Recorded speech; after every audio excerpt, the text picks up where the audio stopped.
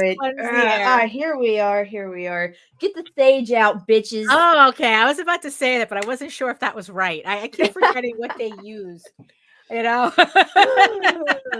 let's see if our notifications go out today because they have not been. Yep, they've not gone out yet. Let's see. All right. Sucks. So good morning, Daphne. Good morning, Nita. So how was your Mother's Day? It was horrible. Oh no! Yes, and I'm going to tell you all about it. And all that other bullshit. Yeah. Good morning, everyone. Anyway? It is May 13th, 2024, and this is the Rage Into the Vlogs, the show that no one even knows about because the notifications don't go out. It just irks the shit out of me. So when you guys tune in on the replay, just know that we tried. We tried. Oh, are you ready for this shit? Absolutely not, but hit it. All right.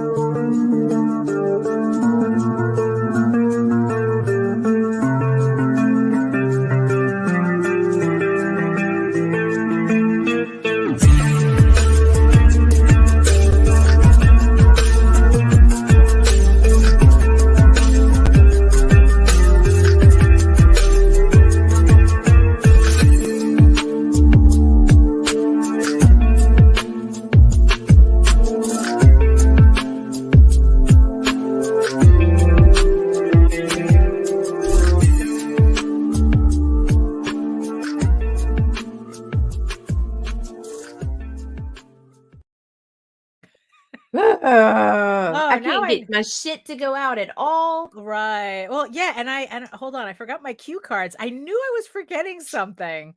Yes, I work from cue cards, everybody. No shame. I am not oh, did my thing freeze up here? I think my thing freeze up here. Oh no, I'm gonna have to do this by memory. Oh no.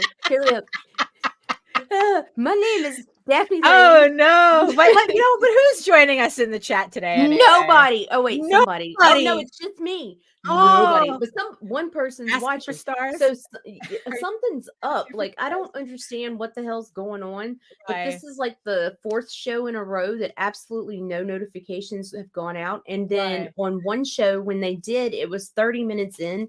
So I have to update and check all the settings and stuff and make sure it's not a me problem before I say fuck, what the fuck, YouTube.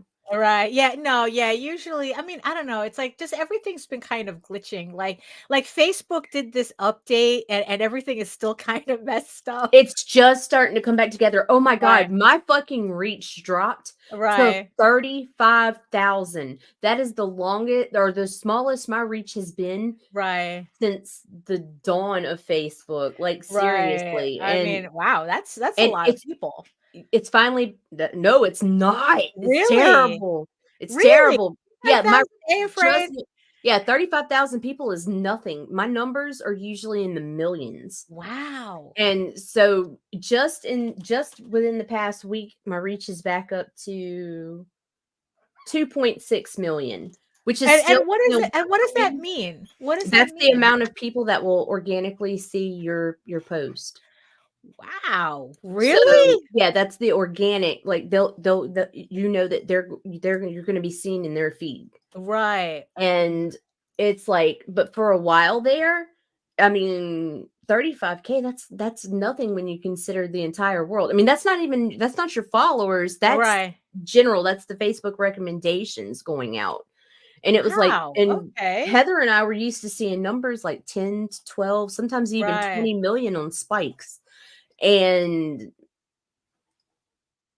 then it just went boom after that blackout. Right. And they've been fixing it ever since. And it's just now starting. And I'm just now seeing the actual engagement pick up too. So hopefully they got their shit together. I wish they'd fix Messenger because that shit's annoying.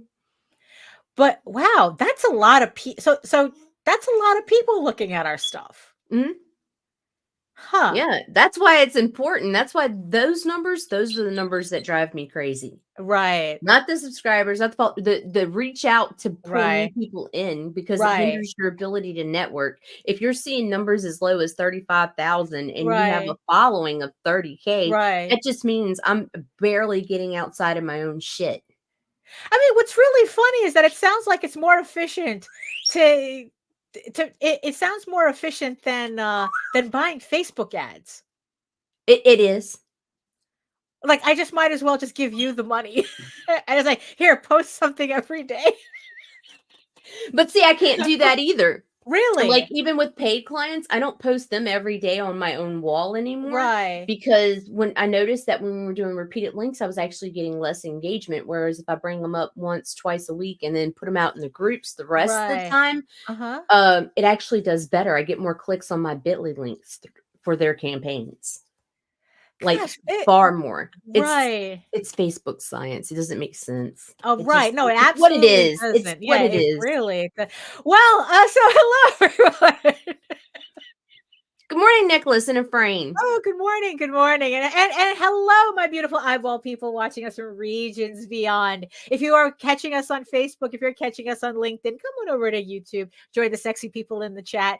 Good morning, Facebook, Melissa. yeah, hey, Melissa, yeah, I agree. The Facebook ads are just like I've only had it work very, very few times, and it just seemed like and it's just it was never consistent enough for me to feel like it was something for me to actually do. You know what I mean? It's Right? And it's then they want that money constantly, so they right, have when you're not running, guess who gets buried? right, It exactly, forever to pull out of that shit. right. So it's just like, yeah, so The yeah, that's only Facebook ads that do well are fucking self-growth and engagement ads on Facebook. self growth and engagement. And it has to be directed back to Facebook. Oh, I see. If you try to Oh, send them off link, that shit, they bury you and you get all mixed in, and anybody who's anybody sees your shit, now, even if yeah, you curate the list that it's supposed to go right, out to. So what I decided to do to get people to redirect to our YouTube channel and to my personal Facebook page, and right. this is where I fucking jumped from 8,000 followers to 25K in almost 3 months, is when I'd Hmm. make my fucking post, I went into Facebook and found what my target demographic was in the peak areas, and I picked that same target demographic and went to areas that were heavily populated capitals and fucking targeted those areas, but the ones that were not already. Like, I didn't go to the UK and I didn't go Right. to the United States But then because I where did already you had that. I picked like capital cities, like well, no, no, no, but, like, if sending people off of Facebook gets you buried, then where did your link return to? my Facebook profile. Oh. And all of a sudden, all of our shit started going back up. All of our numbers started rising. I mean, So at first so it do was a you peak, and then it just kind of it gradually kept doing this. And now I'm at 30K following, and we've got over 1,000 subscribers on the channel.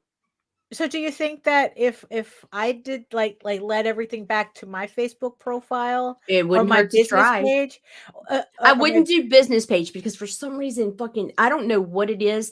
If somebody has a business page that is thriving on Facebook, please DM me with your numbers and stuff and let's talk, because I cannot figure out the art of the business page for oh, anything. but if you did it to your personal profile. Right. And then I did one for the group. And at the Right. time, we were sitting at about 1.5. And by the end of the run, I think I ran for 14 days. Uh-huh. And I did a very cheap one because it was like, I think I spent like $80 for Okay. 2 weeks. Alright. And by the end of it, we were at 3,000. Huh.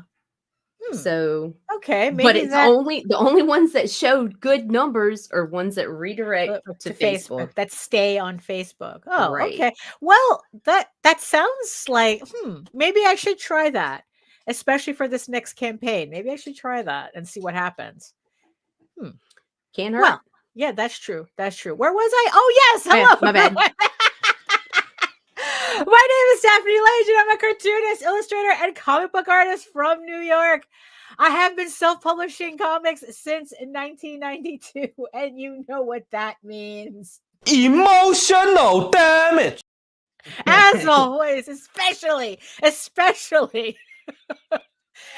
And I am known for the furry fantasy adventure, Tall Tales. Although, I broke my thing where I said that I wasn't going to use the word furry, or at least try not to use the word No, furry. you didn't, because at the end of the day, we decided, fuck them guys. Okay, there we go. So our furry fantasy adventure, Tall Tales. Thank you everybody who pledged to the previous campaign that ended on Friday. Thank you so much. Actually, we did a lot better considering. And I couldn't be more pleased with how the campaign went. So thank you everybody for your support on it. Yes, and I am also known for my medieval fantasy drama, Ego Raven, Heir of the First Unicorn, which returns to Kickstarter in less than a month. Actually, June 10th, the campaign goes live for Ego Raven Volume 2, which collects issues 5 through 8. The link is in the show notes below. Yeah, the pre-launch page is live. So if you want to sign up for the campaign so that you get notified when the campaign goes live, the pre-launch page is up. And also in the meantime, you can download a free copy of the first issue to try it out so that you know what, you suss out the vibe of the book before you pledge. So check that out. Also, you can read both my comics online for free at egoworks.com, EGOWORKS, and Tall Tales, TAILS online.com. And you can check out all my videos on how I make my comics here on YouTube at my channel at Daphne Lage Art, where I have over 500 videos of how I make my comics and live streams, and also back episodes of the vlogs as well. But it also simulcasts through the Indie Comics Network. So make sure you like, share, subscribe, and hit the notification bell so that you get notified when any of our shows go live. And to tell you more about it, here's Nita. Nita. I have the Indie Comics Network on YouTube. You can find it at indiecomicsnetwork.com. We have live streams every day of the week now. Right. Again, multiple on some days. Just tune in or tune out, whatever. There's stuff. It's comics. There you It's go. comics. And where can they find it again? indiecomicsnetwork.com. It.com. Cut. So, yeah, Melissa says, it's funny because in my one Discord, we're having a debate about the usefulness of social media for comics promotion right now. Okay, here's the deal. Social media is useless if you're not socializing on it. That's the trick. That is the trick. And the biggest thing I see with these comics people a lot, not all, because nobody come at me, oh, well, I do. I'm not talking about you then. Right. But you are outnumbered. You are outnumbered. You're definitely outnumbered because the majority of these people want to drop links in people's fucking DMs without even saying hello. Fuck you. How's your mom's in them? Nothing. Yeah.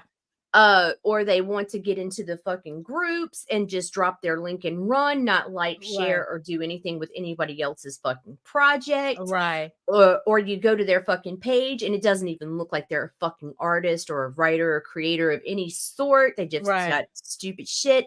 It's just constantly just dropping links and running out. Right. And it's like, you know what? No, that's not it. It's absolutely useless. If you're going to do that, if that's all you're doing, you might as well fuck off because you're not going to get seen. It's a waste of your time and other people's time because when you do pop up in their feed, they don't give a fuck. Right. Yeah. It's yeah. I mean, it's kind of a hard thing to kind of get over that. It's like, yeah, on social media, you do have to be social. No matter the platform, your engagement with others, and it's simple. I'm not sitting there saying get to know everybody's fucking personal life. Be a productive member of the society on Facebook or whatever. No, like, dude, you can do simple shit like just a like, a share, follow, an emoji as a comment. Comments are great for engagement. Yeah. But don't be one of them dumbasses who like something I've learned is you guys try to resist the temptation to like your own post. Oh, people do that? People do that. And it's like, That's not the same. I'm always However, your own organic engagement with your own following through your Facebook profile right, really boosts your numbers. Like if right, somebody comments on your shit, drop something there. Be right, like I mean, now I understand if you have thousands of followers, it's hard to do right, because I can't keep up with everybody who comments on right, mine, but I do try to at least comment or drop an emoji or something right. to acknowledge Little the heart fact that or this something. person engaged with you. Right, yeah. You'll be Yeah. that does wonders for your social media. Right, Wonders. yeah. I mean, because what I started making a habit is like every time I go, like, I start my day, I go on Facebook, hey Grant, and then I just go down my feed and I look, I don't think Garth Ennis Yeah, that really, I doesn't don't count. think I don't think he counts. Like I don't think that he really depends on social media. Oh yeah, yeah, Right. exactly. Because That's you're yeah. famous Yeah, outside of it it, doesn't matter. you know? It's like I go down my feed and I just really quickly try to find posts that I can like comment really quickly on or do. I do have to admit though, I mean, it's like Steph Wilson does make it Oh, easy to yeah, he engage. does. He's so Fucking stupid. troll. It's He's like, such yeah, a it's like troll. he posts up this ridiculous, these Morning, ridiculous Michael. memes and stuff. And and it's very easy to engage with that. It's like I'm not a Right. meme person, but I think that the engagement that I give him also benefits me, It does. you Because know? it's not only your engagement on your personal feed that counts, Right, it's how you're networking right, out even there. And right, it's like you can't just stick to your own fucking wall and be selfish and be like, right, my shit, my shit, my shit, my right. shit, and expect to just Yeah, and then it's like then what I did is that once I get like, it's like I don't it's like maybe like 10 minutes, just scrolling and trying to find stuff, right? Then I go on the groups tab, and then you know how it gives you a list of all the posts in all the groups, and then I yes, do the same thing there because that one's a little bit more randomized, right. because it's just all the groups, and then it's like you just like answer a little bit or a little a little gif, reply or something, and then it's like that's pretty much it. um, I mean, like I said, I'm trying to make that a habit because yeah, it's like It's a good you habit, have to and be your right, personal growth will happen right. through that. And You know, so it's like I'm kinda it's like I'm kinda trying to build. No, I'm not. No, I'm not. Okay, I spend a little bit more time on Twitter again, but I'm just not feeling it there. You know what it is? I've turned the feed into something different. Like I literally just keep Twitter to keep track of a lot of not safe for work artists uh, because it's the only place left, it seems. Um for and now, right, and then it's like, yeah, for now. And then it's like I'm not really it's not really for conversation, you know? right. So it's just, and then Instagram I just find really useless, but that seems to be Instagram, for a lot okay? of people. What? Because here's the deal. You know why a lot of artists struggle with Instagram? Because a lot of artists, once again, they don't like to socialize. And if you and I can't even handle how much Instagram requires. Like Right. No, yeah, really, it requires they you want have you to be on on it all top day. of engagement for Yeah, Instagram to fucking really be productive. right, I would never say it was useless because it works wonders for some, but those people devote a lot of time to their right. accounts. A Yeah, lot of there was an time. article that came out like years ago about what Instagram's idea of optimal engagement for a creator to have you know Right. optimum engagement on Instagram, and they it was literally a full-time job. Yeah, no, no, it's no shit. The at the bare minimum, one of the things on yeah, and that's another thing. Right, When we're on, Grant just brought up this point. The only thing I right. don't like about Instagram is links Yeah, aren't I don't like clickable. that either. Nobody likes that Yeah, because that instant click is what we need to get the engagement directed to right, the fucking platforms which we're using outside of these right, platforms. But there was this book that C had read on, developing growing your following, and he did see his numbers start to go up. But the issue is he was having to go in and pick out 10 hashtags and 10 topics from each one every fucking day and go in and No. like and engage on each individual post. And then it would redirect to his, and then during the day, as people would come in on his, have to engage with them too. Like Instagram is like a fucking, if you want a phenomenal Instagram Right. account that's going to be significant, that needs to be your only platform. Wow. No, you see, and It's look, it's one hard. thing. It's kind of like that's the opposite. You know, it's like the opposite of people who just want to dump a link and leave. Right? They want people living on Instagram. It's like, no, that's too much. Right. The return on that time investment is minimal. To have like the article that I wrote was talking about they wanted you to upload 3 reels a day. Yeah, 3 reels a You day, know? a created post, Right. just It's like, no, no, no, no, no, no, that's no. No. No.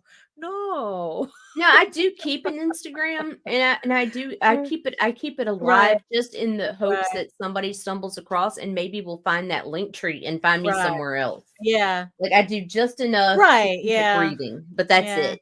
No, I just yeah, it's like so like yeah, but yeah, I limit my effort to the platforms that I feel give me the most return, Right, i.e. attention.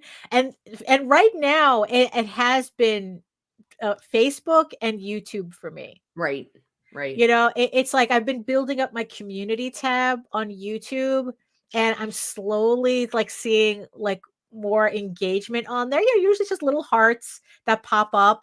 But you know what? That's something. It's slow growth, but it's organic growth, and Right. it's growth that makes a difference. Right.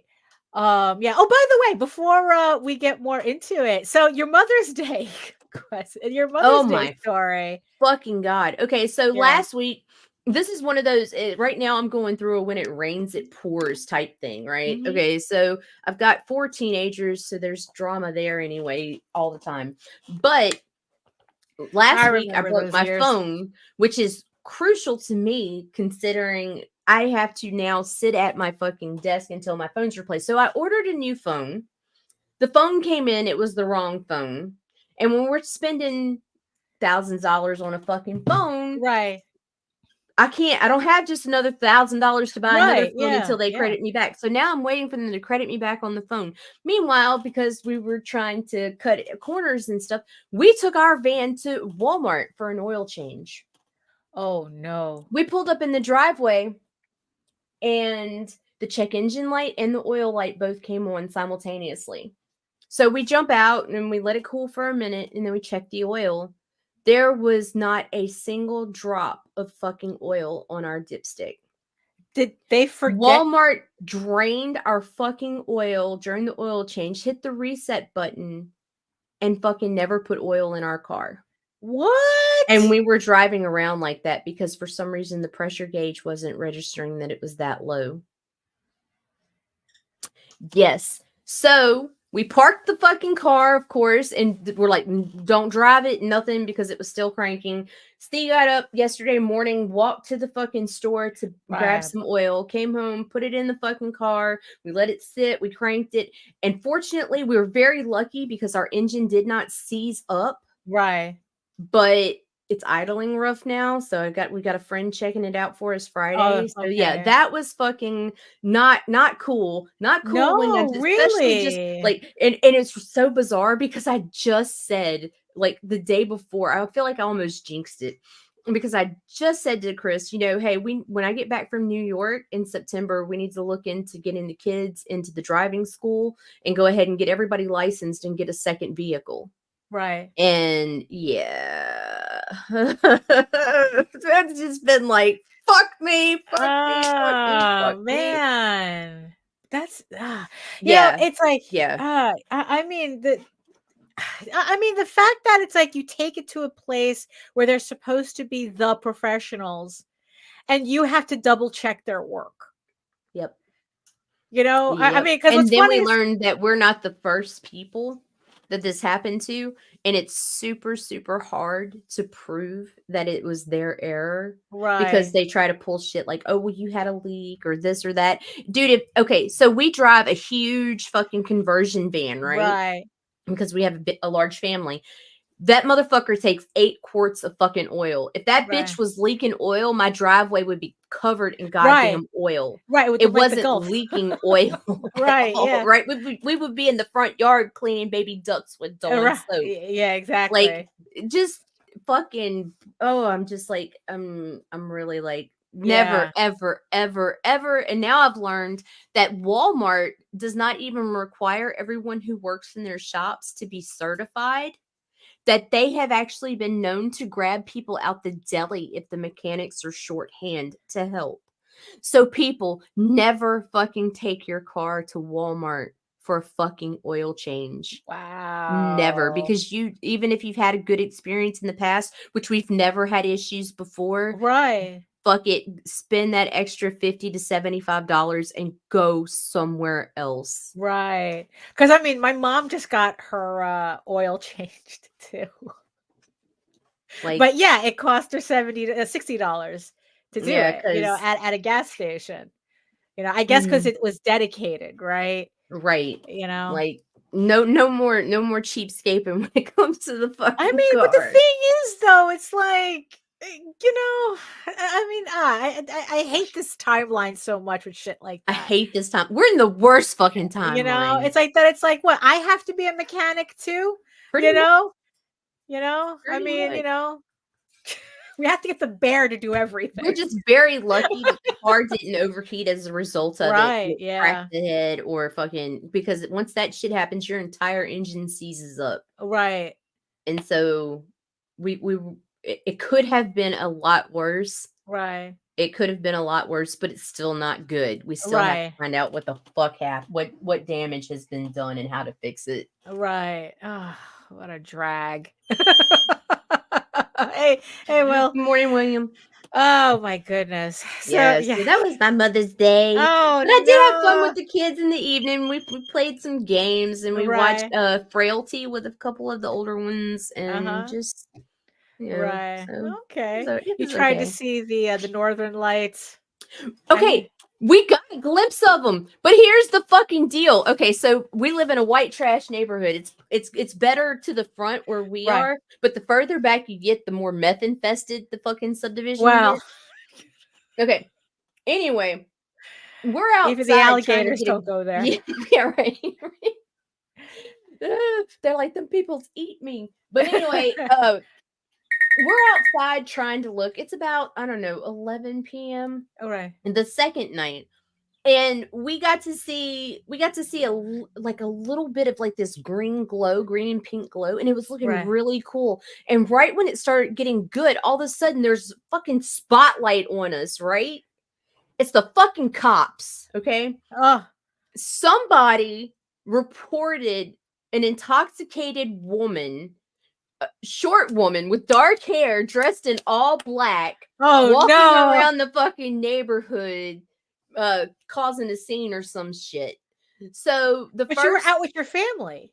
yes, but it Right. didn't fucking matter because I fit the description. So I had to go talk to home dude. Right. And the first, he was nice or Right. whatever. Okay. At least He wasn't accusing, but I could tell that he he was had to talking to follow me, up. that Yeah. he was talking to me to see if I sounded intoxicated, All right. Okay.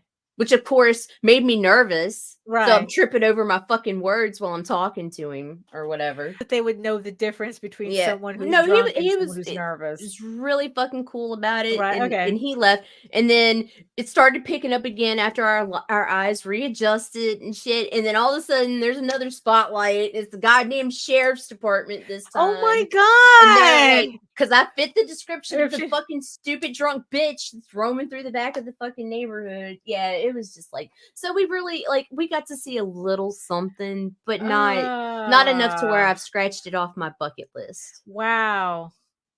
So Wow. yeah. So it's like they were able to get 2 cops to come out for a No, drunk no, no, lady. that was only the second one. It happened, at least four. I want to say there was a fifth, but there were 4 times they came by, and 2 didn't stop. They just kind of crept and were really Right. fucking looking over here. But it's like, Right. Oh, wow. And I couldn't even get the cops out for a crazy old lady screaming in my window well, twice a day for 8 years. Oh my god. They literally told me, "Can't you just wait for her to die?" It's like, I guess. because they ain't got nothing better to do. They wanted something besides the typical meth call. They wanted to go Right. fucking. Well, I'm not gonna say that. I'm not gonna say Wow. what they wanted to do to that woman when they found her. No. But I guarantee you, if they did, she ain't looking pretty. Because these It's small town popos ain't nice people. watch enough for true crime. Yeah. Oh my goodness. So let's see. Yeah. So going back to social media. Social media and comic books. Social media comic books. Not that episode of the true crime podcast about Louis. Trigger warning. Fuck you. Oh my goodness. So the only 2 platforms that I've noticed have been working for me is Facebook and YouTube. So I'm trying to really Facebook is a lot easier for me to build up because that's the one I mostly am on. But I decided to give. So what I did, because what I did is I went over like all my followers on Facebook, and just like going, how come I haven't been seeing like certain people, right? Right. And because I guess it seems like if you don't click like on their stuff enough times, they eventually disappear from your feed. Right. So I went back and I go, okay, who's missing? Who haven't I seen in a while? Right. And then I started going to their thing and started liking a whole bunch of stuff, and then they started reappearing on my feed again. It's like, I guess regular social media maintenance, right? So the thing is, I haven't been on Threads for a while, and every time I would go there, it was kind of messy, and it's like, oh, it's beginning to look like Twitter again and whatnot. And then I remember talking to Jose, and he goes like, you have to, why not just mute the stupid people? Right. But the thing is, though, in the past, at the beginning of Threads, muting didn't really do much. I don't know if they were still trying to figure it out. So because I would remember doing that, and then I would still it would almost muting would be almost liking it, because then you'd see more of it in your feed. It was retarded. Threads is Dr. Thunder. Yeah. Oh no. And but I went back recently and I started cleaning up my thing again, because Threads is where Twitter is where I follow all of my not safe for work artists. Right. Threads was where I was following all these authors. Right. All these independent authors and novelists. And like I said, the stupid shit kind of got into it, and it was just being awful to go on. So I went back in, started muting, started curating my experience that I'm always telling people to do, because you also have to maintain these sites. Yeah, absolutely. Kind of like a garden. You have to go in. I breathe life into the rest, and I keep and I'm constantly CPR and Facebook. Please stay alive, bitch. Yeah, exactly. So I decided to do that with Threads and go in there and do a little gardening, kind of and this time the muting seems to have worked. Oh, really? Because so now they've changed. I think so, because now I go on Threads and it's just all the authors, just all authors, all writers, all the stupid celebrity stuff, and it's the edge lords and the meme people, the memes, it's they're all gone. It's I only literally I curated it down to what I wanted to read. Nice. So which I was very happy with. It was kind of it began to look like when I first went on Threads, it accidentally ended up with all the authors, and I was like, oh wow, this is pretty good. So now it seems to have gone back to that. So now I've been going there a little bit more often.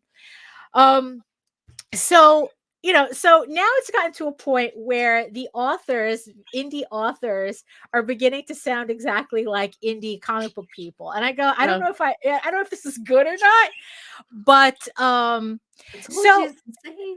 yeah, I know. So, but the thing is though, what I'm liking about writer threads, right, is that so like the concept of independent publishing is technically new, probably in the last 40 years, Right.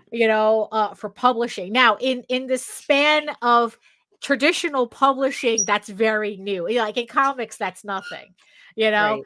Right. In comics, like yeah, at 40, that's pretty much how long it took, um but with indie publishing, I think they're still going through their growing pains, especially with the advent of print on demand. And it's really interesting to see, like, especially now, how so there was always this always fight about traditional, like whether books, like books that are printed through traditional methods, channels, Right. were more legitimate than self-published stuff. It's like, oh, that's vanity, that's vanity stuff. If you're not printed by a publisher, it's like it Right. means that you can't hack it, and this, that, and the other thing. It's kind of how indie comics were for a while. Now nobody Well, really now cares. nobody cares because it's Yeah, like it doesn't matter either way because right. one is who you know and the other is did you have enough money to print on demand. Hmm.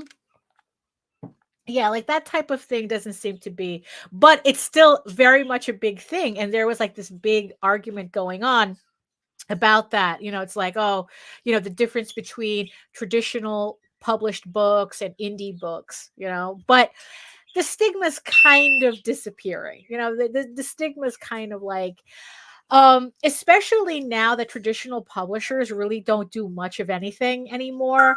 Like their authors say that they've got their that they got their contracts with a traditional publisher, and the publisher is still expecting them to market the books Yes, completely. they It's like, are. oh no, we're not going to do it. You have to do that. You're the one that like now some of them are saying that they're contractually obligated to have a TikTok account and to do reels, Yep. and like they're And not it's going to do so it. what They are have you to do it. paying them for? Right, What are you exactly. paying them for? Right. What are you allowing them to take a cut of your money for? For Right. their fucking name? No, man. Yeah. Fuck Yeah, that. exactly.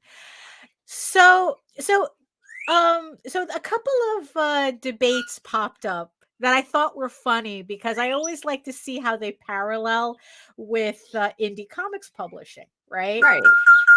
And so there was one author who popped up who was complaining about people who were telling them that they're not going to buy their first novel until the series is done.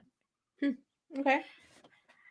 And and it's like, okay, I just seeing that, I was like going, oh, it's over here too. People are kind of tired of except instead of trade waiting, like with us, it's like people wait for the trades, right? They'd rather Right. not buy the There's individual series issues, waiting. right? But I guess with novels, it's like, well, okay, I want to wait until your entire series is done Right. before I commit to the first novel. And this author was complaining that by doing that, that you were essentially asking her to work for free until until the series was complete. And and the thing is though, it's like, so I've been seeing like mostly like usually it's trilogies that I'm seeing. That's usually like 3 novels is Right. the story. But there's some that it's like, oh, this is a 9 novel, 5 novel, it's like there was one series that was 10 novels long, and it's like and so there was a couple of things, right? So it's like she was saying that, oh, you're making me essentially work for free. And I'm like going, Nobody's making you do you shit. What shit, the fuck's she talking right. about? So unfortunately I lost the original post. So I wasn't sure if she was being traditionally published or not. So because if she was being traditionally published, it's like, well, no, you got paid for that book.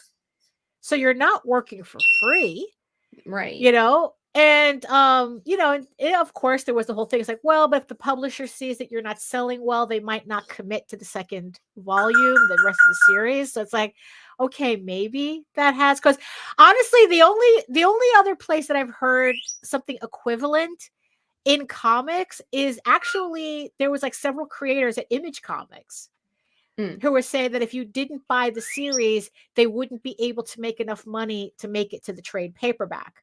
So if you wanted to see a trade paperback, you had to support the individual comics. But that was like the only time I heard that. I mean, so, so there was that, right? And then it's like, well, but if she was an indie author, it's like, okay, but that's not everybody. You're Right. still selling your book. So that didn't make any sense either. Right. And then when I was like, a lot of other authors were chiming in. And then pretty much what it had boiled down to, that it's like, well, if our first volume of a series doesn't do well, we just abandon the series. It's like, oh, like if you don't buy the first volume, you're not giving me the incentive to continue the series. In the end, that's what was being said, that they were saying, it's like, oh yeah, that's like if they put out, and these were the self-published people. So, but this seems to me that you're dollar chasing versus actually have something good that you want to share and get out into the world. You see, that's a red flag for me. Yeah, because honestly, the second authors were saying that, I was like, look, I don't know about that first volume thing, but if anything guarantees me that I will not pick up your book now, is saying something like that. Right. Yeah, dude. Damn, I can't even find my red flag. Oh no, you lost your red flag. I lost my red flag. So again, I kind of like bring it back into comics and kind of like, I mean, thankfully there hasn't been a lot of people who have said that.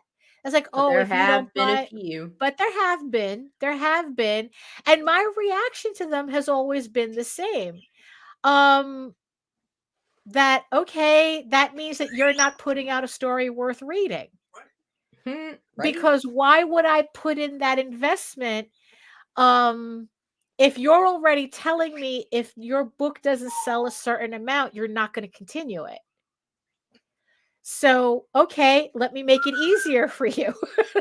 Grant says, yeah, that sounds like somebody who's just like, I'm going to dip my toe in this trend to see if I can make it work, and fuck you if it doesn't. Actually, that's exactly what it sounded like. Exactly what it sounds like. And there was a video that I was watching of another author who said exactly that it's like she sees a trend, she starts writing for it, and if and it's like she plans out a series, and if she sees that the first volume doesn't work, or like the second volume, it doesn't pick up steam, she just abandons it and moves on.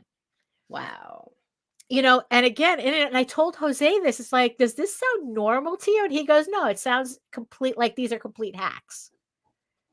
That it's like they're literally, that's just literally what it is. They're cranking out these books to kind of cash in on trends.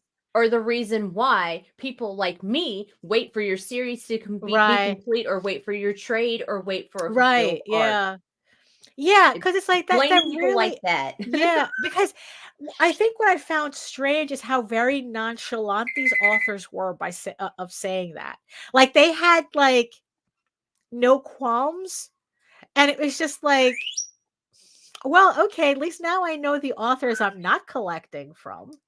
True. But again, it's like, so it's like, so bringing it back to comics, it's like, because I remember when that article from those Image guys came out, where they were literally like begging people to buy their individual issues. And it's like Grant says, if we're going to argue that indie comics are better than Marvel and DC because they have more heart and soul, then we have to stop chasing trends. I mean, it is kind of funny how that works, right?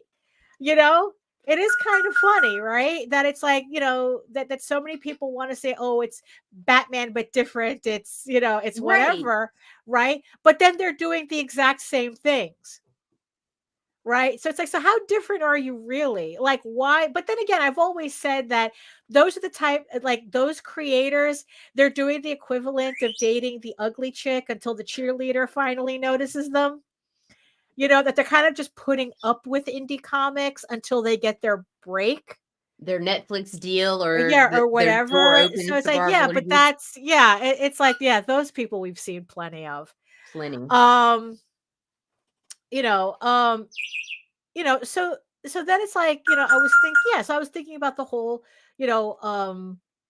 waiting for trade paperbacks to come out. Like, it's kind of like, yeah, it's like, why would I commit to your first issue when I don't even know if you're going to even make it to a trade?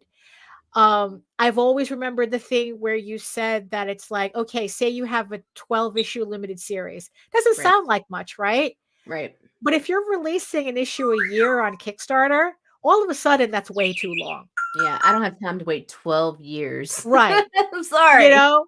My attention Uh, span cannot handle that. There's right. not enough Adderall in the world to help me focus.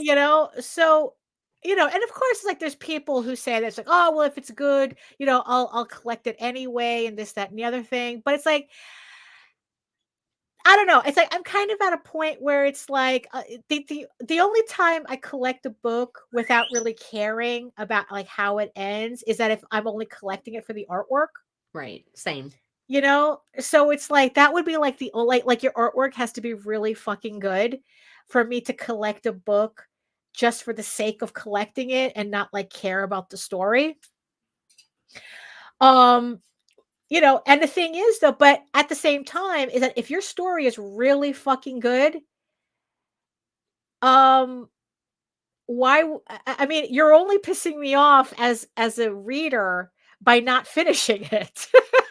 you know Right. Melissa says readers do tend to gravitate to things that are familiar so they know what they like. Oh, that's kind of a different that was also another conversation too that they were having where they were some people were kind of debating the whole tropification of novels, Right. tropification of stories.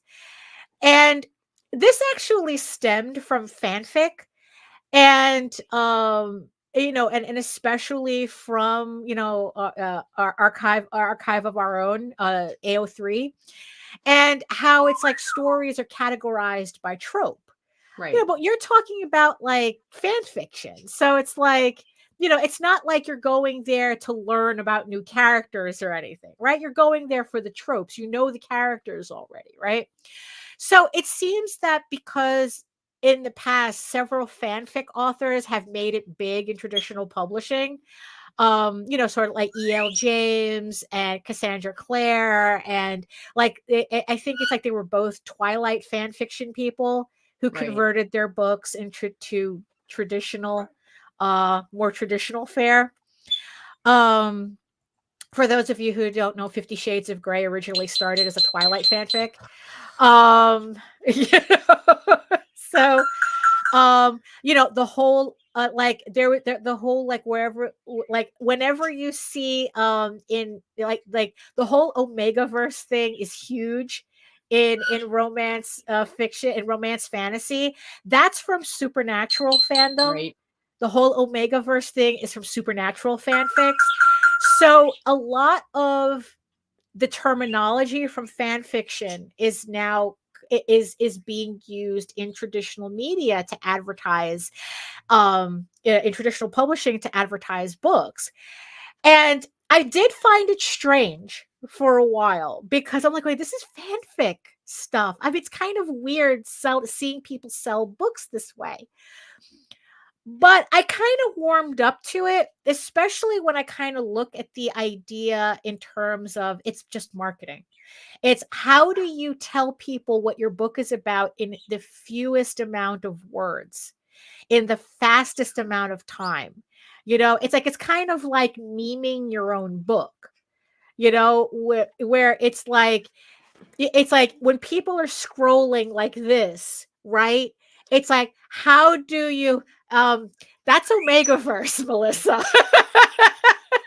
That's a Well, huge part of Omegaverse. I don't know how they got Mpreg out of Supernatural, but they did. but they did. Um So when you're doing like, so, when you figure that people are scrolling, what they're spending like not even 30 seconds on each image, right? Right. And it's like, how do you sell a book? How do you sell a comic under those circumstances, right? So it's One, kind your of image has to be good enough to catch their attention to where they right. want to fucking read it. But two, Yeah. you can't say nobody gives a fuck about your Batman but different. Right. If it's Batman but different, You tell me have to how say it's like why. Batman Yeah. and tell me how it's different. Hmm. You have to sell me on you. You can't Right. sell me on somebody else. That's just Right. Well, you see, that's kind of like the thing that they were all debating because, like, there was this thing that, it's like, oh, well, if you like X, you'll like Y type of okay. So thing, then why? But right. So that's kind of the thing, right? You have kind of like, we were talking the other day about how interest is actually the first door, not quality. Right. That you can scream to the top of your lungs how much of a good book you've made, whether it's a novel or a comic, right? But if I don't have interest in it, I don't care how good it is, right? Right. So that kind of switched my thinking a bit, that it's like, oh, it's actually the reader's interest you have to latch on to first. Then you work from there to convince them that your quality will keep them, but you have to snare. But interest is the snare. Right. Um. So the whole like using tropes is literally setting up different snares. It's literally setting up the snare. So it's like, okay, yeah, it's like, it's like, oh, this is Omegaverse, this is Mpreg, this is enemies to lovers, this is, what, it's like one bed, the one bed trope, it's Oh like, or God. whatever, um, but the thing is though, it's not that where, because they were complaining that they felt that it minimizes the stories. That it's like, oh, you're just condensing down your story to like a gray paste, so that anybody could look at it and decide really quickly whether they're interested in your thing or not. But the thing is though, it's like, this is just an ad, right? That's kind of like the purpose of advertising. The purpose of marketing is to condense what, the story that you're telling in such a small bite that you'll get fish on the hook, as opposed to like becoming, and then it's like, you get that fish on the hook, and then it's like you start making the bait larger and larger afterwards, right? So it's like, okay, well, oh, so this person likes, oh, do you like enemies to lovers trope, right? So you snag them there. And then it's like, okay, well, what else is the book about? Right? Well, it also has this and it also has that. And then you kind of get to the full blurb. Right. Well, this is, and then it's like, and then hopefully by then you would have put in enough trail mix on the road that they would have like, oh, okay, you know what, yeah, if you're gonna go back to that, if you're gonna say it's like Batman, but what has to come after that but better be interesting. No, absolutely, Yes. absolutely, because Jose has this book that literally is a Batman but different, right? But the book, he says it's one of the better books. Like whenever he talks about like, oh, what are your favorite independent books that you're reading lately? This is one of those books. It's literally a Batman but different. But it's Batman, but what if he was a mouse? Right? I forgot. I think it was like Mouse of Might or something. I keep forgetting the name of the title. And like I said, this book is so Batman, but a mouse. I am so completely surprised they had the creators haven't gotten a C&D from DC. How big is their following? It's only a Right? matter of Yeah, I time. guess. Right. Because it's like, because yeah, it's Batman, but if it's a mouse, and he Huh. says no, the story's really good. you know, but here's the funny things, right? So that's kind of the hook, right? That's that Batman, but a mouse. Right. Right? That's probably what attracted Jose's attention. It attracted his interest. You know, Morning. hello. And then and then it's like, yeah, the artwork's pretty good. And then once he read it, he was hooked. It's like, okay, Right. now he can say it's a good book. Right. Right. So the whole trope thing was something that they were also, so that's in the end, that's kind of like I said, I was kind of weirded out by it, but then it's like, okay, you know what? I kind of understand it now, where it's like the idea is the hook. It's like, can Right. I get your interest? Does this interest you? Reverse harem, fish out of water, it's like, slow burn romance, type of, it's like whatever phrases I need to, it's like, look, it's like we were talking about the word furry, right? Right. Right. I mean, technically that would fit on my list. I've put it, actually, even though I don't know if furry is a trope itself or a genre. But, I'm gonna go with genre. I would think so too, but I put it in my trope list because as an adjective, pretty Right. much, Right. because I want to make sure that I get like every point of interest that I can. So, so yeah, so that was just something just to keep in mind, some of the things that the authors were, and I started implement. I don't know whether it works in comics. Um, it's I just figure it's just an easy way. A good concept can carry a bad story somewhat. That's true. That's true. Somewhat, yeah. Because again, the good concept gets you first, right? Right. And then you decide, the reader decides from there whether your story is worth following up on. So I Right. guess that brings it back to the whole like waiting for trades and and waiting for a series to end, because again, bringing that back to comics, it's like, because in comics there's the whole thing about waiting for trades, and it's like, yeah, you know what, especially if you have a longer series, or you say you're going to have a longer series. Oh, well, let me put it like this. So the other day, I was having, I was going, trying to figure something out marketing wise with Right. Tyler Carpenter, and on Twitter. I was talking to him, and it's like I was trying to figure something out and I couldn't narrow it down. And then he literally said that it's like, if someone put a gun to your head, what would be the one thing that's getting in the way of you marketing your book successfully? Right? And the first thing out of my, after making a Fight Club joke, of course, um, I I said, honestly, right now, I have it stuck in my head that I have to finish my series. Hmm.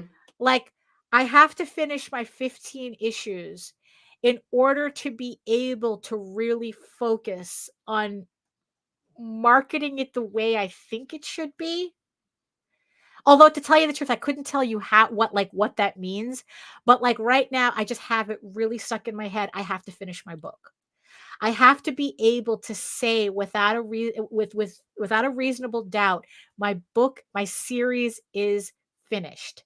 Right. All I have to do is just put it on Kickstarter. Right.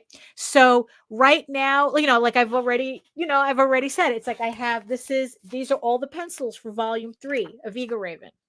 Right. So these are all the pencils and the letters. All I have to do now is just ink it and color it. Right. I'm almost halfway through issue 13 right now, out of a 15 issue limited series.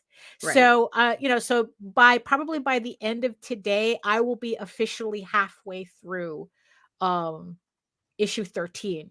So I have issue 14 and issue 15. I have 2 more issues left to go to Oh. finish the series. It still bugs me out. And I really do think that once I'm on that last page of issue 15 to, the end, that that would kind of mentally free me up to actually, like, I don't know, focus more on promoting the book. Although at this moment, I'm not sure, like, what. No, you don't think so? I absolutely disagree. Really? Okay. Yep. Why do you? I think it will give you a more confident approach in your marketing, but it Ah, absolutely is not gonna free up shit because when you're done, I know you. You're yeah, moving on to the next. yeah. So you're never done. Right, You're but you have that completed story arc for the 15 issues. You'll right, be able to promote yourself as the completed works, so right. I think that in that sense it gives you some kind of psychological release. Mm. I mean, But I no guess, ma'am. but the confidence. I guess what it is, and you know what? I do have to agree with that thing. It's not that it frees up my time. It gives me the confidence to say that the book That's is it. finished. That's it. Which in And I think turn could actually right. boost your marketing. Oh shit, my electricity might go out. Oh, fun Which times. might yeah, it just flickered. It'll get you there with a newer crowd too because Right, people are going to know that this is something that's complete that I'm going right, to get a beginning and an end. right, Uh so you'll have that going right, for you, which in turn the marketing may produce more sales. right, But the time, no ma'am, not you. right. Well, No. maybe that You're wasn't full the of shit, Daphne. well, but I think that you did narrow it down to what it's like. It's the confidence, not the time. Right. Because it's like, especially seeing this argument on the author's threads, well, I'm not buying the first volume until the entire series is done, Right. right? I guess that's because I was already thinking that way, that that kind of like reinforced it. You have to finish your series. Right. You have to finish your series. And then the funny thing is that, like, even Tyler was saying how he was feeling that way too. That's like because he was talking about like when you find a new manga, and I've this I found very frustrating as well. I go to Barnes and Noble. You remember the Barnes and Nobles, right? It's like Yeah, it's fucking you know, massive. freaking 7 banks of bookshelves, Right. right? And I come across a manga that finally catches my attention, right? There was one recently that I might buy the first volume of. I forgot what it was called. I have it on my phone because I took a picture of it, so I remember it. Um, and knowing manga, right? The first thing I did was check on my phone how many volumes. Huh. Because the one thing, the opposite end of this, the opposite end of I'll wait until your series is done, it is kind of the opposite. It's kind of related. Right. Is that if a series goes on too long, I won't invest in it. Hmm. So right now, it seems when it comes to manga, it seems like 10 or less, more like around 8 or less. So it's like Oh, if well, I then you're look up a missing out on manga, some good manga. if I look up a manga and it says this has 8 volumes and it's a completed story, I'm more likely to pick that up to decide, okay, I'm going to start this because it's only 8 volumes, than if the thing said there's 15 volumes. Oh my god, you are missing out on some great if 15 is your limit, dude. Because yeah, I know, because one of the books, one of the manga that really had me like balking, right? That's like, oh, I'm really curious about it, but is a manga called Witch Hat Atelier. Oh, I don't know that one. Yeah, Witch Hat Atelier. It's French. Let's see. A guy who I see at conventions told me that he sells better when he doesn't put all the issues out. You see, this is also another thing that I've come across too. So That's clever though, for no, a yeah, marketing perspective. because here's the thing, right? Because on one hand, you have people saying, "Oh, if it's good, it doesn't matter. If it's it's like if unless your series is finished, I won't buy it." Right? It's like, "Oh, do you have a trade paperback?" Right? Right. But at conventions, I get I get a different type of thing. Oh, that's too many stuff. That's too many books on the table. Right. Right. It's like It's even with a trade overwhelming. tab yeah, When even it's with a right trade there, it's paperback. like, Yeah. It's like they see the 8 issues or 7 issues, they see the trade paperback, and it's like, "Oh, that's a lot. That's a lot." And then it's like, I don't know what you motherfuckers want me to do. I It really don't. Right. And then it's it's a like, lose-lose. yeah, I know. It And then really it's is. like if you only have trades on the table, then you have people going, oh, $35 for a trade. That's a lot. Like it's no winning. That it's like, you try to I mean, yeah, it's just like absolutely no winning. You know? I mean, yeah, so it's kind of like, I don't know. Yeah, it's like people don't know what they want. Nope. But the thing is though, right? Is that might be more that there's something I don't know. It's like, maybe it's been a while since I've been at conventions, and Baltimore doesn't count because nobody was there. You know? Um, because it's like, maybe what it is that people need to, when they talk like that. Oh, I want to wait until you get to a trade, right? Right. Or it's like, no, actually, it's more like, oh, this is too much. This is too much on the table.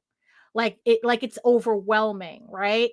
And I guess it's like I've never took it upon myself to ask. It's like, oh, well, what makes it, it's like, is this something that you're interested in though? What makes it overwhelming? Is it too many issues?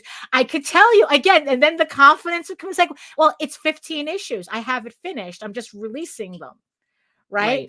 Right. It's like if I told you that, the series is complete, would it be less overwhelming? Well, I guess, but in terms of manga, though, I mean, it's like, because I think that the thing with manga is that they could be really overwhelming. When you They have can something be. like One Piece, where it's like you can have an entire bookshelf just Uh, with One Piece on it, because it's 100 and something volumes, yeah, and but it's then you like, have like Full Metal Alchemist, which is right, fucking amazing, and right, I think there's like 30, right, yeah, 27, and right, then Death Note. That's right, well, that one's only 12, so you might. But then there right. Monster and just Right. there's Yeah. some long ones And that it's are like, great. and it's like, yeah. So it's like, so right now for me, it's like 10 and under, 10 volumes or under. And there was one series that was only 5. And I picked them all up at the same time. I got the whole thing. If it's like, oh, it's only 5, I bought the whole thing. Right. Nice. Um, so that's kind of, yeah, so it's like, I don't know, it's just kind of like all these little picadillos that we kind of have to market past, I Right. guess. you know because I still remember this one comic book creator saying, it's like, oh yeah, my series is 104 issues. Yeah. And how many issues were they putting out a year? Oh, I don't remember, but it's like, but even if 104 issues, if they were putting it out once a month, it's still like you're talking about 9 8 or years? 9 years of waiting for the story to finish, and it's like, I don't know. I don't know. It's Grant. Yeah, I know, Grant. It's kind that manga is kind of intimidating like that. There's I mean, yeah, it's like the series that I have on my shelf right now, it's all because they're all very limited, or the ones where I do have some volumes, it's because it interests me enough to have them individually, but I haven't gotten around to collecting the rest of them yet. Um, but even then, I have to be very picky, because that's also part of it too. I don't have the shelf space, and I actually don't like reading comics on the Kindle, or Mm, on my phone. I like the actual like books I can read same. on the phone, I can read Nope, not even text I then. can read, but comics though, no, I need the physical book. I need the physical book for I need the comics. physical for all of it. I need that Yeah. touch. It's a kink. Yeah, probably. Yeah. It's the paper texture. It it That is the is. first It thing we is. notice, Like, right? and I'll go and buy it again if I lose it or have read it, because God knows this is like the 12th Well, time I've read it. You're like, you know, "Mm." so so yeah, so there was like a lot of conversations on authors threads that I thought was interesting enough to kind of like, oh, how could I relate this to comics? You know, um Yeah. Oh, when you talk to young people, they're like, I only read manga, fuck American comics. Yeah, because you know what? Because we don't finish shit. We You don't know? finish it, and then when we do give them stuff, we give them less Right. for the same fucking price Yeah. Yeah. And I think that that's also or part of the more. reason. Yeah, that's part of the reason why, like, I have it stuck in my head. No, I have to finish. I have to finish. Because it's the same thing with Tall Tales. I have 2 more issues that I have to finish. I'm like, going, this year, I'm finishing everything that's outstanding. I'm finishing it because I have to say it's finished. It's finished. It's finished. Because I really do think that that's kind of getting in the way, that it's like not yeah, like I need that confidence to say it's complete. Right. Before it was the script is complete, right? But the script is the easy part, you know? It's like, yeah, I'm always going to have the script finished first. Um but it's like being able to say the series is finished. It just has to come out on Kickstarter. Right. It's like, I don't know. It just, yeah, it's like it's really the confidence, not the time. I think Right. that you pretty much worded it the way what I was trying to get at. It's not really the time of marketing. It would give me more confidence to market it. It's like, oh, don't tell writers that the script is the easy part. No, don't. Look, it's like I know what I mean by that, because it's the thing that finishes first. I need my stuff in it. It's like that's why Jose is always frustrated at the fact that he's waiting for artwork, you know, and for a script he wrote 2 years ago. you know that he's still, it's like that story is still getting drawn out. um so so in the end, what I realized, to say that the script was finished really wasn't helpful.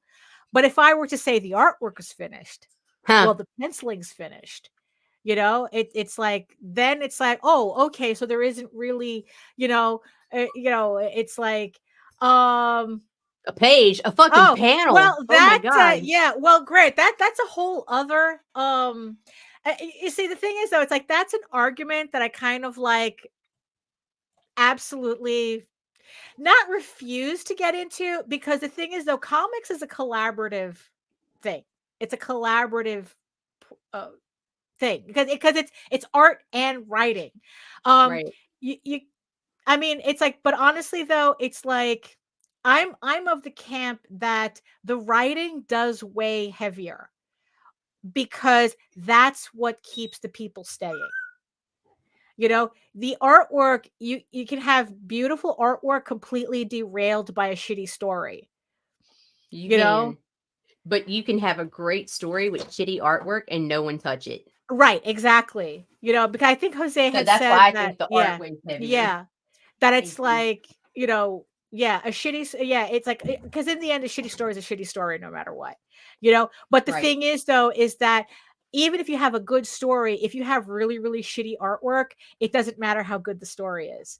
Because there are books that I've started that I just had to stop, because it's like, well, if the artist doesn't, if the artist is not putting in that effort for the artwork, Right. I don't, in the end, I really don't care about the story.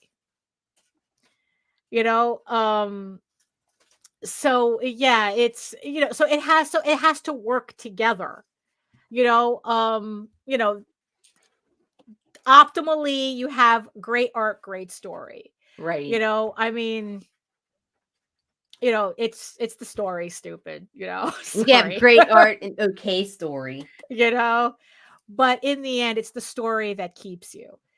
I mean, it's like, even with these authors, right? It's like they talk about how incredibly important their cover artwork needs to be, especially for novelists, because that's Yeah. what attracts. You really do judge a book by its cover. It's I'm like, guilty. everybody does it. you know so these novelists are like, they're very self-conscious as to what artwork they have, for their covers. And, and for them, it's like they could be spending up to like $1,000 plus just to get a cover done, Right. because that's what's going to sell their book. Because again, Right. the interest is what hooks you in, but it's the story that keeps you. Right. And Right. especially for them, they know that. So, so honestly though, it's like, yeah, but with comics, it has to be a collaborative effort. The artwork has to be just as interesting as the story for it to Right. really work. Because you can't tell me a comic, oh well, the story is good. Then why not write a novel? Right. It's kind of like when people tell me, oh, Transformers, well, the CGI is good. The CGI is supposed to be good. Okay? That's not a selling point. That's not a selling point. Exactly. The quality of the CGI is not a selling point for Transformers, and yeah. So it's yeah, but with a novel, it's like this. It's this, but again, yeah, it's kind of the comic has to work on both ends. Because if only your artwork is good, then why not just put out an art book? Why even pretend to do a comic? But if your writing is really good, but the artwork isn't, why not just put out a novel? You see, it has to work together, right? But I believe, like, okay, so what he was saying is like that, y'all work, that the writers were saying they work just as hard as artists and deserve just as much respect. I think they deserve just as much respect. I think but right however, now, I think it's a lot easier to edit a fucking book than it is a fucking picture. Especially when there's times when C has had a completed page and then an art error has been found, or a change, the writer wants to make a change. And so he has to go back and re-art and redraw and Right. But I mean, to say that, I don't know, plumbing is harder than pouring cement, it's like you still got to build the house. Meh. I mean, it all works like, together, yes. Yes, right. Yeah, that's like the roofers saying they have a harder job than the people putting up drywall. I mean, it's still part of the house. You still need them. Oh no, absolutely. You can't have a house that's just a roof. You can't have a house that's just drywall. I mean, it's like you can't, it's like, oh, you can't skimp on the plumbing. Oh, we're not going to have plumbing here. It's like, here's the bucket. Yeah, exactly. With a little sawdust in it, you're good to go. It's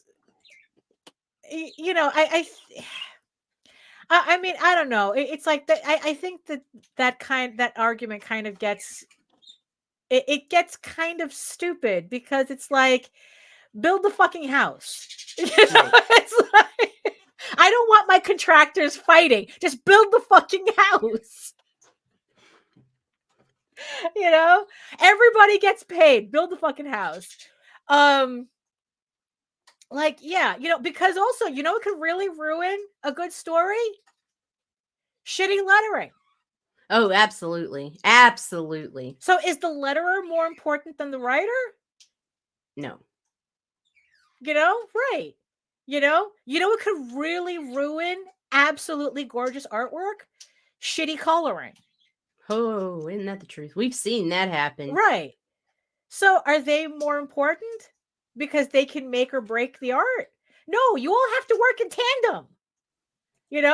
There is no, like you have a dog sled that, the dog in the front is, in the end, no different than the dog in the back. You still need the entire team to move the sled. You can't have everybody going this way. Everybody has to move in the right direction, in the same direction, in order to get the end result that you want. So it's like, to say one is better than the other, or one is more important than the other, it's, in the end, it's kind of like a useless conversation. It's like, no, you guys all have to work together to get the product, to get the finished comic. But it's so much easier to do this. Welcome to another edition of Thunderdome. I know, like they would, but I mean, it's, but then it's like we're talking about like clout fighting on social media. Very much so. But when it's bad, it's so bad. Oh my God. Right. And it can ruin a good book. Right. It Like, there are really two can. instances that come to Yeah. my mind where it was like the lettering was so fucking bad that it made the comic impossible to read. Yeah. And it was really bad because the story wasn't bad. Right. And the art was phenomenal in one of Right. them. But Yeah. the letterer chose this unusual font, and then also chose to color a lot of the wording, and Yeah, did that that's tough. shadowing, and it was like in inside bubbles, and it was like, Right. I can't fucking read this. I Right. No, couldn't. it's like, yeah, it's like I really do not have a preference for that. I really don't. I mean, it's like when I started like really teaching myself how to letter, using the Essential Guide to Comic Book Lettering by Nate Pecos. Yes, it should be in everybody's bookshelf. Like my whole thing is that I want my books to be as readable as possible, Right. as simple as, and I don't do, and it's like Nate does all like these, like fancy things and special effects and stuff. I don't do, I just bare bones lettering, basic lettering, black and white. If I wanted the most special effect I do is when I reverse the bubbles and it's white lettering on black text. Nice. For effect, right? But that's the extent of it. It's like, because you know what? If I can't read my own book, if I can't read my own comic, how do I expect other people to read it? Right. Right? So, like, yeah, so I'm constantly going through my lettering, and it's like, can I read this? It's like, is the text readable at this size? At published size. It's like, are they readable even smaller? Because I eventually want to do a tankobon edition, where they're like 5.5, like digest size. It's like so it's like, okay, is the lettering still readable at that? And that's the most important thing for me, because I want to read it. I want to be able to read it, with my shitty eyesight, and I got to get new glasses that I'm procrastinating on. That and a haircut. I really need to get a haircut. Look at this. This is too much. This is too much. Look at all those split ends. It gets, the problem is that it gets pretty, Lage. It gets ratty though. And then it's like, no matter how much conditioner you put in, it just like, it just gets all, not good. So it's like, I have to get it trimmed, but yeah, and I have to get new glasses because, like I said, I've just been procrastinating everything. And then I found out that I need to put insoles in all my shoes. Uh-oh. Got that achy knees going on? No, achy calves. Me and Jose went on a walk, because remember that I bought like the Air Force Ones a couple of months ago, because I wanted to get a shoe that I can consistently get, right? Right. So I bought Air Force Ones, and just, I don't know, the other day, it just, me and Jose went on a walk, and I came back limping. I thought I had hurt myself again. It's like, how did this happen? Oh, I don't remember shit. twisting, right? At first, it was mostly in one calf, like right underneath the calf, and then all of a sudden the other one started hurting, and I go, oh, wait a minute, those are my shoes, and then I put on some shoes with like insoles in it, and then it's like the difference was like night and day, and I got to put insoles on everything. I had to buy new slippers, because they, because I have my other slippers that are like so old that they're all flat.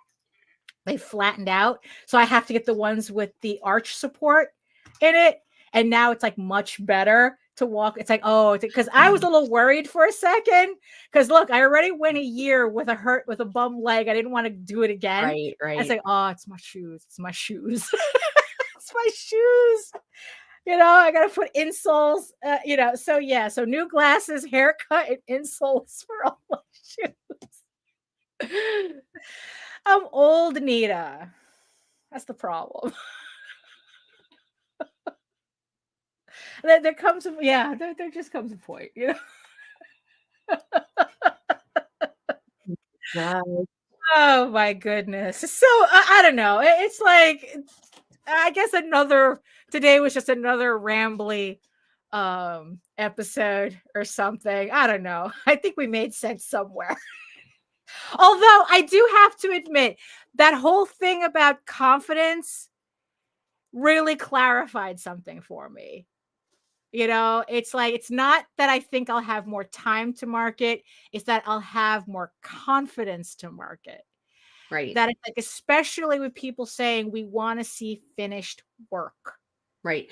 But you can't let that stop you from pushing the marketing now. Don't get the idea that like, oh, Right. well, I'm just not going to bother. Oh, And I mean, I no, know you see, you that's wouldn't, but there right. are Yeah. people who would be like, oh, well, Right. then what's the point? Right. There's always a point. Never stop promoting. Yeah. You know, because I definitely want to, the thing about Facebook kind of got me curious. And it's like, you know what if, you know, yeah, I did that advertising to put with the engagement, right? Instead Right. of, because if I get people to my feed, They're going to right? start seeing your stuff more. Right. They're going to, yeah. And it's like, and I have the links there and everything. So maybe that's what I have to switch up, you know? So I'm gonna try that. Yes, yeah, Allison, we are old. Thank you, Grant. And thank you. Yes, thank you, Grant, and thank you for the comments. So yeah, I'm gonna try that. But the confidence thing, you know, I think like, oh yeah, that's what it is. That's what it is. You know, it's like I want to say, yes, I am done. I am finished. It is the complete. You know? Came. Yeah.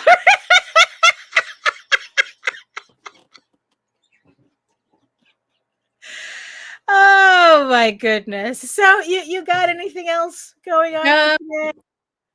Tune in tonight, 6 p.m. Eastern. Jason Doobie will be on. I don't know if he has something set to draw yet, so Right. if you guys drop him a DM, he might actually curate whatever character you put in his head. Right. Let's see. Then Tuesday we have Hyde Hermit Studio at 3 p.m. And then 3 p.m. on Wednesday we have Christy Shin, 4 p.m. Daphne Lage.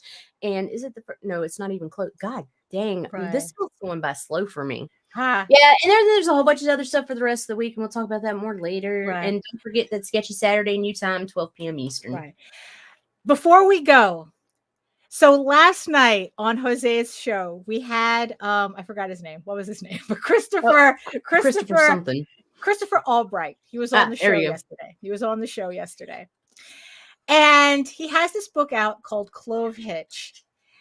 And I need everybody to see this video. Oh, yeah. Which I think that for somebody I think he said that this was like his first comic. This was a man who understood the assignment. Nice. And I just need everybody to see. It's on Kickstarter right now. As you can see, he has 25 days to go. And this is his video. And I'm pretty sure. Hold on. Let me make sure I did it again. Hold on. Let me. Yeah, make sure you share the audio. Yeah, because hold on. Let me make sure I share that audio. Yes. Okay. So yes, I need everybody to see this. Space, man. The real danger is not actually about those galactic krakens or even about the pesky little space vampires. No, the real danger is about debris left from war. You just imagine it. You're trying to go to your grandma's galaxy, just flying around, and next thing you know, a piece of debris hits that windshield, cracks right through, squirts you out like a tube of toothpaste. And that's why you need the Clove Hitch, where we clean up those loose ends.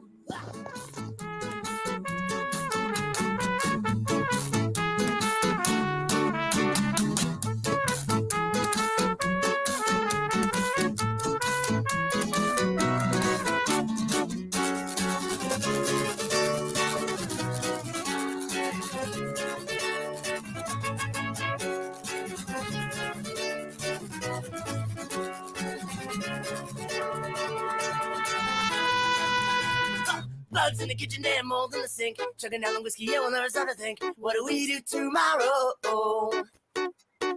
Bugs in the kitchen and mold in the sink. Chugging down the whiskey, yeah, we'll never stop to think. What do we do tomorrow? Bugs in the kitchen and mold in the sink. Chugging down the whiskey, yeah, we'll never stop to think. What do we do tomorrow? Tomorrow, tomorrow. Bugs in the kitchen and mold in the sink. Chugging down the whiskey, yeah, we'll never stop to think. What do we do tomorrow? What the fuck? I mean, I don't. If this doesn't make you want to buy a copy of this book, I don't know what will. Honestly, I just had to show this book. Like I said, it's from Christopher Albright. It's kind of like a science fiction comedy about people who clean up space debris. It has this really interesting cartoony style, and you know, talk about it's kind of like that meme, you know, first, you know, you had, you know, first you had my interest, now you have my attention. You know, so hold on, let me just put this in the chat. So for all, I mean, how can you top a video like that? Hold on, let me just where's the comments? Oh my gosh, that was great. You know, and yeah, and it's like I think this is his first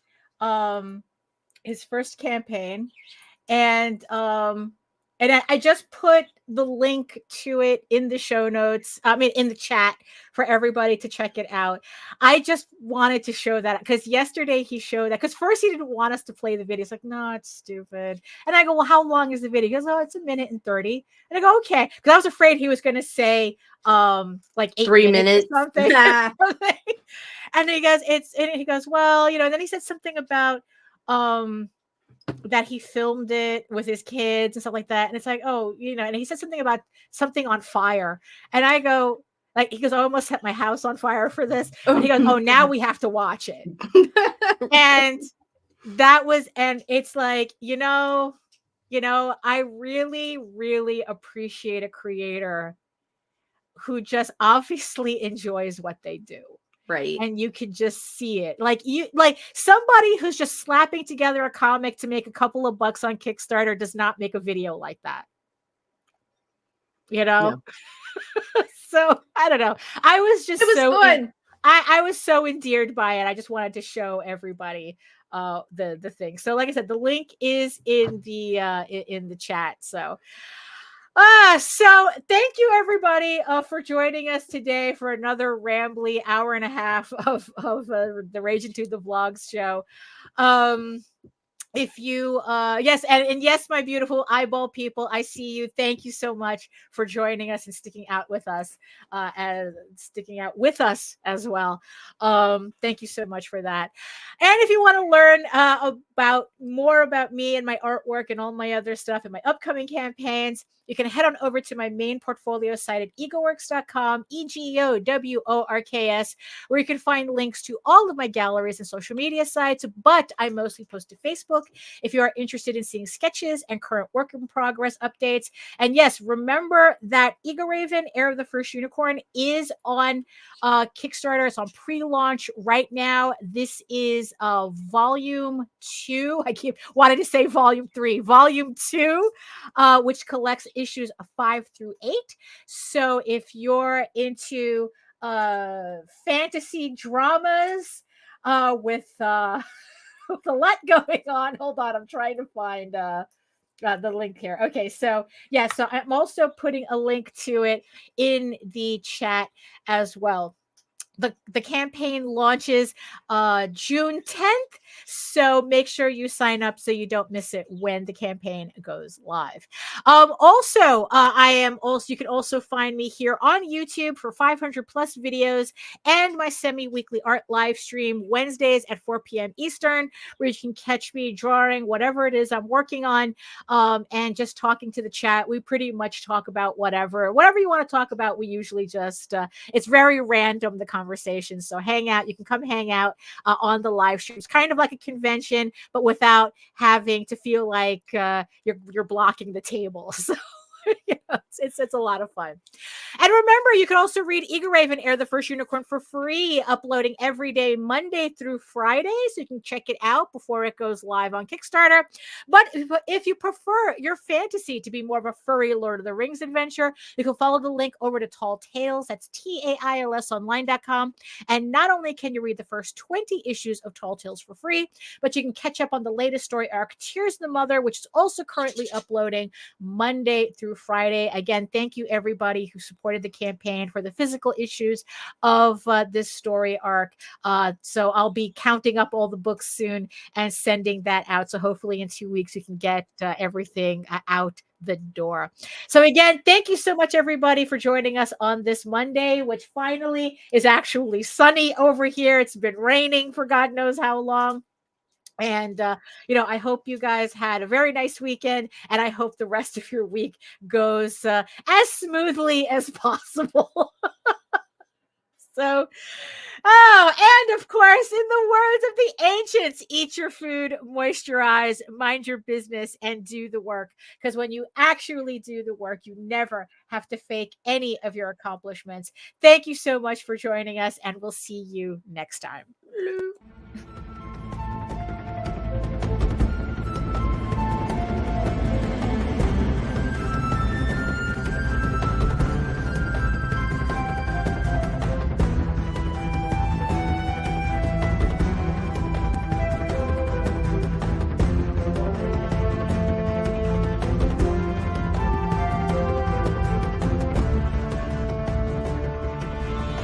What up, lovelies? This is Mike Jimmy, CEO of Furries and the creator of Love and Korra, now back with our 7th issue in the series, The Bond.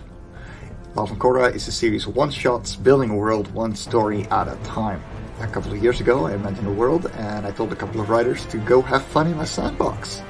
And so they did. Each adventure is unique and adds just a bit more to make this world feel more and more alive. They can be read separately and all contain a complete story.